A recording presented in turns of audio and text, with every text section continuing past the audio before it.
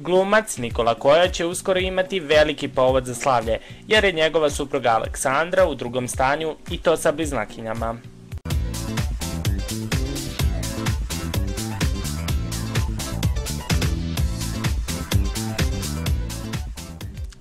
Nakon što su pre 5 godina postali roditelji male Ane, Nikola Kojo i njegova supruga Aleksandra će uživati u podizanju i vaspitanju još 2 devojčice.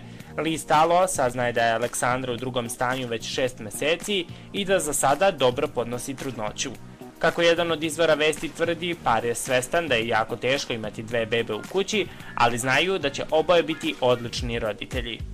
Izvor takođe navodi da je glumac presrećan zbog toga što će dobiti još 2 dece, kao i da mu ne padaju teške obaveze koje ima oko svoje supruge dok je ona u drugom stanju.